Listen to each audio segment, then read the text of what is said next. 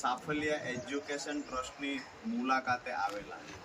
અહીંયા જે સરસ મજાની લાઇબ્રેરી, ગઈકાલે પણ જ્યારે હું સાવરકુંડલામાં પ્રવેશ કર્યો ત્યારથી સાફલ્ય એજ્યુકેશન ટ્રસ્ટ દ્વારા નોમિનલ ફી લઈ અને ખરેખર જરૂરિયાત જેને છે એવા વિદ્યાર્થીઓને સારી એવી ભરતી માટે તૈયારી કરી શકે, વિદ્યાર્થીઓનું ભવિષ્ય બનાવવા માટે આ બિલ્ડિંગની અંદર એટલે કે સાફલ્ય એજ્યુકેશન ટ્રસ્ટના જે આ બાંધકામ કરેલું બિલ્ડિંગ છે એની અંદર વિદ્યાર્થીઓનું ભવિષ્ય બનાવવામાં આવે છે.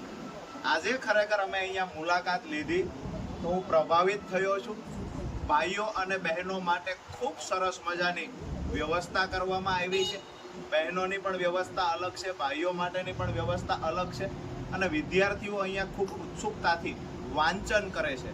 આજના સમયમાં જ્યારે પશ્ચિમી સંસ્કૃતિનું અનુકરણ કરી અને યુવાનો ગેરમાર્ગે દોરાતા હોય છે ત્યારે સાફલ્ય એજ્યુકેશન ટ્રસ્ટે એક જે નવી શરૂઆત કરી છે કે બાળકોને કેવી રીતે યોગ્ય દિશા આપી શકાય, આવનાર સમયમાં બાળકો કેવી રીતે સારું જીવન જીવી શકે, તો એ વાંચનના માધ્યમથી તમામ વિદ્યાર્થીઓ સારી એવી નોકરી મેળવી શકે, પોતાના જીવનનું ઘડતર સારી રીતે કરી શકે, એના માટે જે અહીંયા તૈયારી થઈ રહી છે. ત્યારે અહીંયાના જે ટીમ છે, ખાસ કરીને કરણભાઈ બોરીચા છે, ભૂદેવ છે અને જે આખી સાફલ્ય એજ્યુકેશન ટ્રસ્ટની ટીમ છે એને મળીને ખૂબ આનંદ થયો છે. આવનાર દિવસોમાં પણ જેવી રીતે ગયા વર્ષે ખૂબ મોટી સંખ્યામાં આ જ સાફલ્ય એજ્યુકેશન ટ્રસ્ટમાંથી મોટી સંખ્યામાં ગવર્મેન્ટ નોકરીએ 17થી વધારે યુવાનો લાગ્યા છે. આવનાર સમયમાં પણ ખૂબ સારી રીતે અહીંયાથી વિદ્યાર્થીઓ આગળ વધે, ખૂબ સારી એવી પોસ્ટ પર તમામ વિદ્યાર્થીઓ નોકરી મેળવે અને સાફલ્ય એજ્યુકેશન ટ્રસ્ટ દિવસે દિવસે પ્રગતિ કરતું જાય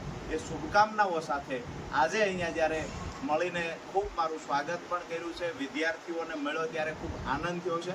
તમામનો હૃદયથી આભાર માનું છું અને સારા ભવિષ્ય માટે તમામ વિદ્યાર્થી ભાઈ બહેનોને શુભકામનાઓ પાઠવું છું.